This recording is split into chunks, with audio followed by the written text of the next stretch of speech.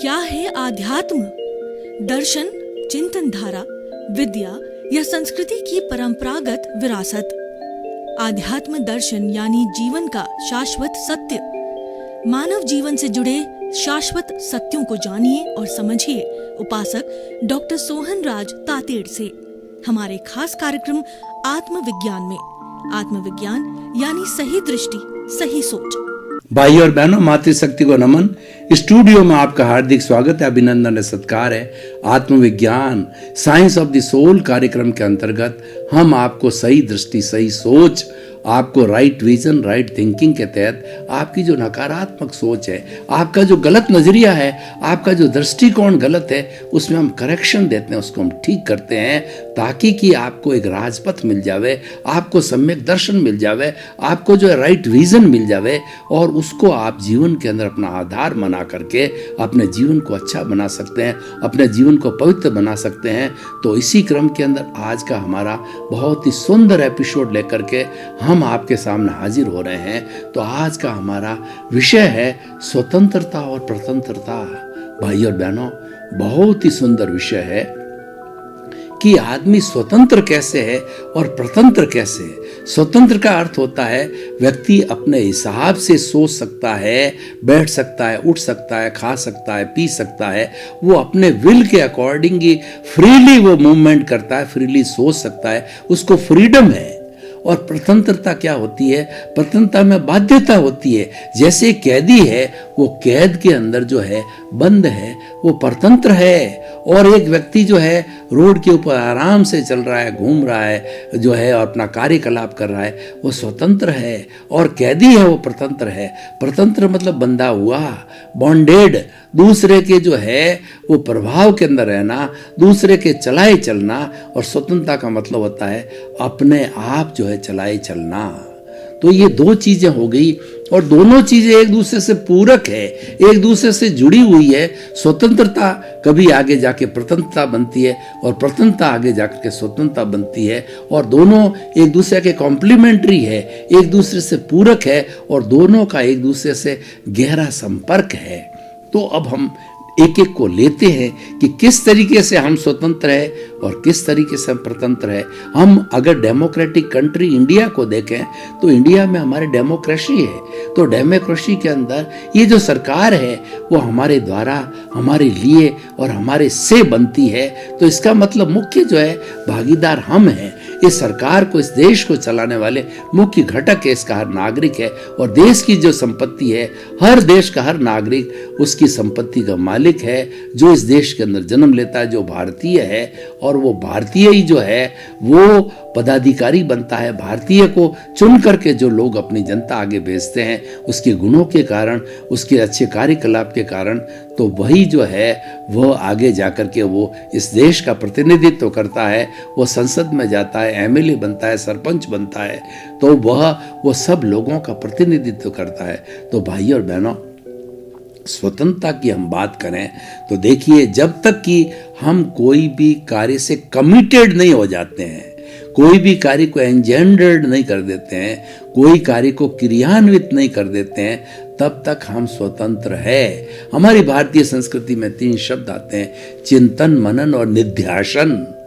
चिंतन का अर्थ हुआ, मान लीजिए उदाहरण के तौर पर किसी व्यक्ति को फैक्ट्री लगानी है, तो वह जिस चीज का उसका अनुभव है, तो वो चिंतन करता है कि मेरा अनुभव जो है वो कपड़े की फैक्ट्री लगाने का है, मैंने उसके अंदर कार्य किया है। तो उस अनुभव के अनुसार वो चिंतन करेगा कि कितनी बड़ी फैक्ट्री लगानी है जो मैं हैंडल कर सकता हूँ और मेरे बूते की बात है, तो वह चिंतन करता है। फिर वो मनन करता है कि मैं कहाँ पर लगाऊं और उसके अंदर रॉ मटेरियल कैसा होगा, उसकी मशीनें कैसी आएगी और उसका फिनिश प्रोडक्ट कैसे बनेगा, वो सारा मनन करता है। अभी चिंतन मनन के अंदर हमारा योजना बन रही है, यहाँ तक व्यक्ति स्वतंत्र है। लेकिन once a time he is established the factory and he has brought the machinery, he has brought the raw material, he has taken the power connection and he started doing the production. तब वो स्वतंत्र हो जाता है उस machinery से और उस एनवायरनमेंट से। उसको कपड़े का ही काम होगा, फिर वो सोचने लगता है कि अरे मुझे तो ज्वेलरी का काम करना है, तब वो स्वतंत्र है, ज्वेलरी का काम नहीं कर सकता है। ये स्वतंत्रता है। तो उसी तरीके से ये तो बाह्य जगत की स्वतंत्रता हो गई। हम जो है भीतरी जगत की स्वतंत्रता की बात करते हैं, तो भीतरी जगत के अंदर हमारे स्वतंत्रता स्वतंत्रता दोनों है। अब हम स्वतंत्रता को समझें, वो स्वतंत्रता बाहरी जगत के अंदर कैसे है। मान लीजिए किसी व्यक्ति के पास में धन की कमी है, वह धन नहीं है या लोन नहीं मिलता है, तो अनुभव है उसके पास में, तो क्या करेगा बेचारा, नौकरी करेगा। मान लीजिए उसको जो है कपड़े का अनुभव है, तो कपड़े की फैक्ट्री के अंदर नौकरी करेगा, तो वो मातहत हो जाएगा। जैसा मालिक कहेगा वैसा ही काम करना पड़ेगा। उसका एक्सपर्टाइजेशन किसी लाइन में है, लेकिन मालिक नहीं चाहता है कि उस एक्सपर्टाइजेशन को वो शो करे, तो मालिक जैसा कहेगा उसको वैसा ही करना पड़ेगा। उसमें वो स्वतंत्र है। और देखिए एक जो तोता है, वह तोता क्या है कि वह तो आकाश में उड़ने वाला है। आकाश में उड़ना ही अपनी स्वतंत्रता, हर पक्षी आकाश में उड़ने को अपनी स्वतंत्रता कहते हैं। लेकिन उस पक्षी को, उस तोते को जब पिंजरे में बंद कर दिया जाता है, जब कैद कर दिया जाता है, तो स्वतंत्र होता है, क्योंकि उड़ नहीं सकता। जो उसकी भावना है उसको क्रियान्वित वह नहीं कर सकता है, तब वो स्वतंत्र हो जाता है। तो उसी तरीके से हम जो है ये सब बाह्य जगत की मैंने स्वतंत्रता और स्वतंत्रता के उदाहरण दिए हैं। अब हम थोड़ा भीतरी जगत की स्वतंत्रता और स्वतंत्रता को देखते हैं, क्योंकि हमारा बाह्य जगत है वो व्यवहार जगत है, और भीतरी जगत है हमारा निश्चय जगत है। और निश्चय जगत बहुत सूक्ष्म है और व्यवहार जगत स्थूल है। अब आपने कभी ये मोबाइल, उदाहरण के तौर पर आपने मोबाइल को देखा है, तो मोबाइल के अंदर जो हमारी जो बैटरी से मोबाइल चलता है, और साथ साथ के अंदर उसके अंदर एक छोटा सा जो है मेमोरी कार्ड होता है। वो छोटे से मेमोरी कार्ड के 100 GB तक कैपेसिटी होती है। तो देखिए 100 GB की कैपेसिटी के अंदर पूरे एक बड़ी सेंट्रल लाइब्रेरी के जितने पुस्तकें होती है, एक छोटे से जो है सूक्ष्मतम जो है हम मेमोरी कार्ड के अंदर सारी चीज़ों को कैद कर सकते हैं, ला सकते हैं। तो ये उसकी पावर है। यानी जितना सूक्ष्म होगा वो पावरफुल होगा। हमारे तारापुर के अंदर जो परमाणु विद्युत ग्रह बना हुआ, उसमें भी देखिए कि केवल कुछ जो है न्यूट्रॉन्स और प्रोटॉन्स को जो है वो यूरेनियम के न्यूट्रॉन और प्रोटॉन को तोड़ा जाता है, तो उससे इतनी बड़ी हजारों मेगावाट बिजली तैयार हो जाती है। इसका अर्थ क्या हुआ कि सूक्ष्म बहुत पावरफुल है, और सूक्ष्म जब जो है अपना कार्य करता है, तब वो स्थूल को जन्म देता, बहुत बड़े स्थूल को जन्म देता है। तो यही हमारा सूक्ष्म का जो कार्बन शरीर है, वह हमारी आत्मा के साथ में अनादि अनंत काल से चला हुआ है, लगा हुआ है, फेविकॉल की तरह बॉन्डेड लगा हुआ है। और उसी कारण से भवांतर से जो है हमारी आत्मा जो है ये इस 84 लाख जीवा योनियों के अंदर घूम रही है, उसमें जन्म ले रही है। देखिए भगवान महावीर को जो है उसके शिष्यों ने पूछा, प्रभु बताइए कि हमारी इस आत्मा का और इस कार्बन शरीर जो कि कर्म है, वो इनका संबंध कब से है। तो भगवान जानते थे कि इसका जवाब मेरे पास नहीं है, तो उन्होंने प्रति प्रश्न किया अपने शिष्यों को कि तुम बताओ कि पहले मुर्गी हुई या अंडा हुआ। तो शिष्य सोचने लग गए कि मुर्गी बिना अंडा नहीं होता, अंडे बिना मुर्गी नहीं होती। वो बाध्य हो गए कि प्रभु आप ही बताइए क्या है। तो प्रभु ने कहा इसका जवाब मैं भी नहीं दे सकता, उसको मैं पश्चानुपूर्वी कहता हूँ। पश्चानुपूर्वी का अर्थ क्या हुआ कि ये अनादि अनंत काल से एक दूसरे से जो है जुड़े हुए हैं, इसलिए उस पचड़े के अंदर, उस प्रश्न में हमें नहीं जाना चाहिए। हमें तो ये समझना चाहिए जुड़े हुए हैं, और ये दोनों एक दूसरे से स्वतंत्र है। जो स्वतंत्रता की मैंने बात की, इनका जुड़ाव है वो स्वतंत्र है, और ये दोनों अलग हो जाते हैं। इनके बीच के अंदर अज्ञान की वेल्डिंग है। इनके बीच में जो फेविकॉल है जिससे चिपके हुए होते हैं, वो फेविकॉल है, वो अज्ञान की वेल्डिंग है। उस अज्ञान रूपी वेल्डिंग को तोड़ दिया जाता है, तो ये जड़ में चला जाता है और चेतन में चला जाता है। चेतन तो भीतर मुक्त है ही, चेतन तो भीतर शुद्ध रूप में है ही है, लेकिन इसके आने के कारण वो बॉन्डेड हो गया, वो अशुभ हो गया, और वो अलग अलग शरीरों के अंदर चला गया। पेड़ में, पौधे में, गाय में, भैंस में, और राम में, कृष्ण में, महावीर में। लेकिन मूल सारा एक सा है। मूल में किसी की मूल आत्मा में किसी का डिफरेंस नहीं है। चींटी सी लगा करके बड़े से बड़े सिमंदर स्वामी भगवान तक की आत्मा एक सी, उसके गुणों के अंदर कोई अंतर नहीं होता है। उसके कर्मों के अनुरूप जो है उसको अलग अलग शरीर भोगने के लिए मिलता है। ये जो मुझे जो है सोहन राज रूपी ये जो पुतला मिला है मन वचन काया रूपी, ये पूर्व जन्म के कर्मों के भुगतान के लिए मिला है। और ये जड़ है, उसको भुगतता रहता है क्योंकि वो करके आया है, उसको भुगतना पड़ेगा। लेकिन भीतर जो मूल बैठा है वो तो शुद्धतम अवस्था में, वो तो एकदम स्वतंत्र है, वो तो प्योर है और इसके कारण ये स्वतंत्र हो गया। तो देखिए स्वतंत्रता और प्रतंत्रता भीतर कितनी गहरी बंधी हुई है, उतनी शायद गहरी बाहर नहीं है। तो हम बात कर रहे थे इस स्वतंत्रता और प्रतंत्रता की, तो हमें जो है वह ये तो भोग रहा है तो ये प्रतंत्र है। और इसको कोई भी जो है एक अतिरिक्त सांस लेने की जो है इसकी पावर नहीं है। जो कुछ पूर्व जन्म के अंदर भाव कर्म डाले हुए आते हैं, आयुष्य कर्म तक भी फिक्स हो जाता है कि ये शरीर जो है हमको पता नहीं रहता है, लेकिन इतने समय के बाद में शरीर को आत्मा छोड़नी ही पड़ेगी। आयुष्य कर्म के समाप्त होते ही फिर नया शरीर धारण करना पड़ेगा। और नया शरीर कैसे धारण किया जाता है कि इस जन्म के अंदर जैसे हम कॉजेस डालते हैं, जैसे हम चार्जिंग करते हैं, तो हमारी जो है ये कार्बन शरीर है वो चार्ज होता रहता है। और वही कार्बन शरीर जो चार्ज हो रहा है वो चार्ज होकर के अगले जन्म में वो द्रव्य कर्म के रूप के अंदर जो हमारे 8 तरह के कर्म और 148 जिसकी प्रकृतियां हैं उस रूप के अंदर वो कन्वर्ट होता है। तो ये सिलसिला जो चलता रहता है स्वतंत्रता और प्रतंत्रता का। अब देखिए जब तक कि हम कोई भी अच्छा या बुरा भाव नहीं किया है उसके पहले हम करने को स्वतंत्र हैं। लेकिन एक बार हमने अच्छा या बुरा भाव कर लिया तो हमारे कॉजेज इकट्ठे हो गए और वो जितने हम जीवन भर जिएंगे उतने वो कॉजेज इकट्ठे होते रहेंगे और वो हमारे पुण्य और पाप को एकत्रित करते रहेंगे और इस कार्बन शरीर के अंदर जुड़ता रहेगा।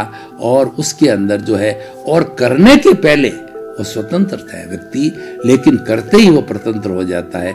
कैसे स्वतंत्र है? देखिए कि अभी मैं जैसे बैठा हूं तो अगर मैं जीवात्मा हूं तो मेरा चिंतन तो यही चलता रहेगा हर वक्त कि मैं और मेरा, और मैं और मेरा से संसार खड़ा है। मेरा घर, मेरा परिवार, मेरी धन, मेरी दौलत, मैं किसी का पति, मैं कोई किसी की पत्नी, और कोई बड़ा नेता, कोई लेखक, और कोई भी जो है सीए, चार्टर्ड अकाउंटेंट, इंजीनियर और बड़े बड़े राष्ट्रपति, प्रधानमंत्री है, और वैसा वो चिंतन करता रहता है। तो ये सारा जो उसका जो है चिंतन करता रहता है तो ये नए कॉजेस डालता रहता है। अब किसी व्यक्ति ने ज्ञान ले लिया है, ज्ञानी की कृपा से ज्ञान ले लिया है, तो वो कैसे स्वतंत्र होता है मैं आपको बताना चाहता हूं। ज्ञानी क्या करते हैं कि भेद विज्ञान कर देते हैं, आत्मा अलग शरीर अलग, और वह उसमें एक प्रतीति पैदा कर देते हैं कि तुम जो मूल तुम्हारा स्वरूप है वो शुद्ध आत्मा है। ये तो जड़ है, कर्मों के भुगतान के लिए मिला और मिलेगा ही, हर एक को मिलेगा, और ये कर्मों का भुगतान ऑटोमेटिकली चलता रहेगा। इसके बीच में टांग मत अड़ाओ, इसके बीच में तुम जो है मत करो। जिसके अंदर इसके साथ जुड़ गए तो फिर नए कॉजेज बढ़ जाएंगे, तुम्हारे में कर्ता भाव आ जाएगा, तो इसको छोड़ो तुम। तो हम क्या करें? तो ज्ञानी पुरुष कहते हैं मैंने तुम्हारे को पुरुष बना दिया है, मैंने तुम्हारे जितना भी जो राग द्वेष था उस राग द्वेष की जहरीली थैली को हटा करके समाप्त कर दिया है। तो नए कर्मों का बंधन नहीं होगा, फेंक दिया है, पर पूर्व जन्म के बंधे हुए कर्म है वो बर्फ की शिला की तरह पिघलते रहेंगे और वही जो है वापस जितना भी है वो चार्ज करते रहेंगे, और अगले जन्म के अंदर आज का चार्ज अगले जन्म में डिस्चार्ज होगा, और जो पिछले जन्म के अंदर हम चार्ज करके आए हैं वो आज डिस्चार्ज हो रहा है हमारे मन वचन काया की बैटरियों तीनों के रूप के अंदर। तो देखिए कि व्यक्ति जो है भाव करने में स्वतंत्र है, यानी व्यक्ति जो है स्वतंत्रता क्या है? पुरुष बनने में है। और पुरुष क्या होता है? जो अपने स्वरूप में रहे, अपने निज स्वरूप में रहने वाला पुरुष कहलाता है। और जो ये भुगतान करने वाली होती है ये प्रकृति है, और ये शरीर उस प्रकृति के ताबे होता है, उसके अधीन होता है, वो तो स्वतंत्र है। लेकिन ये जो निज स्वरूप है ये स्वतंत्र है। इसीलिए हमेशा जो है अपना ये ख्याल करना कि मैं शुद्ध आत्मा हूँ, अपना स्वरूप में रमण करना, ये आपकी स्वतंत्रता है। इसमें कोई प्रतंत्रता नहीं है। उस जो प्रतंत्रता ये भुगतता जा रहा है, इससे उसका कोई लेना देना नहीं है। इसलिए आप हमेशा स्वतंत्र हो। अगर आप स्वतंत्र रहना चाहते हो तो आप पुरुष बन करके रहो। आप चिंतन करते रहो कि मैं तो शुद्ध आत्मा हूँ, मैं तो ज्ञाता हूँ, मैं तो दृष्टा हूँ, मैं जानने वाला हूँ और मैं देखने वाला हूँ, और ये शरीर है मेरा पड़ोसी है। हम दोनों साथ रहते हैं, क्यों हमारी नियति है, क्योंकि मेरी जो शुद्ध आत्मा की प्रेजेंस है वो इसे बंधा हुआ है, और जब तक इसको शून्य नहीं कर देता है तब तक जो है उससे अलग भी नहीं हो सकता है। तो इस कारण से उसकी प्रेजेंस के अंदर सब कार्य हो रहा है। बिना प्रेजेंस का आत्मा के कोई भी कार्य नहीं हो सकता। जो भी जड़ पदार्थ कॉजल बॉडी है या जो भी कर्मों का भुगतान है वो सारा जो है इस शुद्ध आत्मा स्वरूप आत्मा की प्रेजेंस से ही होता है, और वो ही मुख्य चीज है, और वो स्वतंत्र है, बाकी सबका प्रतंत्र है। तो दूसरे रूप में हम कह सकते हैं कि हमारा चेतन तत्व जो मूल तत्व है वो स्वतंत्र है, और जितना भी से जुड़ा हुआ जड़ पदार्थ है, जैसे कि हमारी बुद्धि है, मन है, इंद्रियां हैं, चित्त है, और हमारा अवचेतन मन है, चेतन मन है, अचेतन मन है, बुद्धि है, वो सारी जो है वो जड़ है, वो प्रतंत्र है, और चेतन है वो स्वतंत्र है। क्योंकि चेतन अपने स्वभाव में रमण करता है, और स्वभाव में रमण करने वाला आनंद की प्राप्ति करता है, क्योंकि अमूर्त है, और वो टंकोत्कीर्ण है, वो अव्याबाद है, वो अजर है, वो अमर है, वो अविनाशी है, जिसका कोई रंग नहीं, रूप नहीं, गंध नहीं, वर्ण नहीं, जलती नहीं, मरती नहीं, अनंत ज्ञान, अनंत दर्शन, अनंत चारित, अनंत सुख का भंडार है। इसकी हजारों इसके जो है क्वालिटीज है, उसकी भजना करनी चाहिए। सच्ची भजना, सच्चा धर्म, सच्ची माला जो है अपने जो है मूल स्वरूप शुद्ध आत्मा भगवान को याद करना चाहे। आप 33 करोड़ देवी देवताओं के मंदिर में जाइए, आप जो है ब्रह्मा विष्णु महेश के मंदिर के अंदर जाइए, तीर्थरों के मंदिर में जाइए, और आपकी काली माँ और जितनी भी जो है दुर्गा है, जो है बालाजी राम है, कृष्ण, किसी के मंदिर में जाइए। लेकिन आपको उस मंदिर में जाने पर अच्छा है जाना, क्योंकि आप जो है वो अच्छाई की तरफ जा रहे हो। वो भी एक अच्छा निमित्त बन रहा है कि उन्होंने अच्छे कार्य किए, जब वो पूजनीय है, अच्छा है।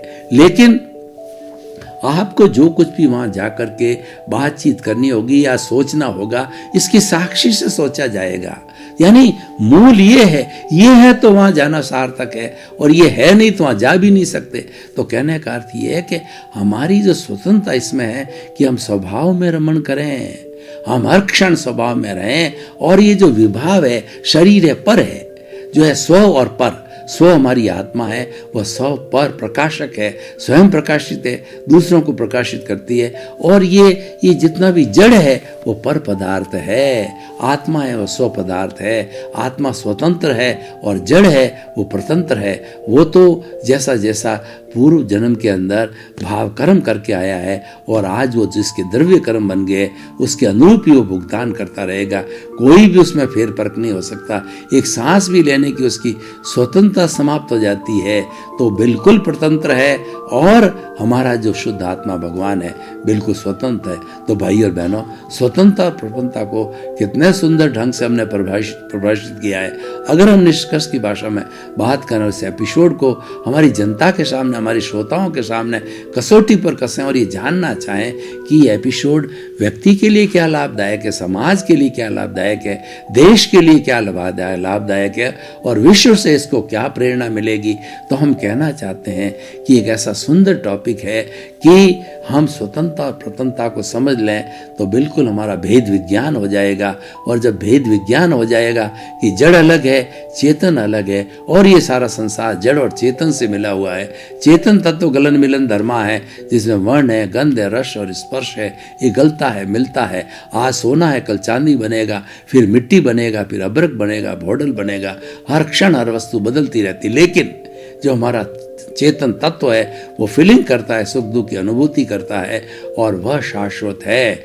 मूल रूप से जो चेतन है कभी नहीं बदलता, वो सच्चिदानंद है, वो सच्चित आनंद है।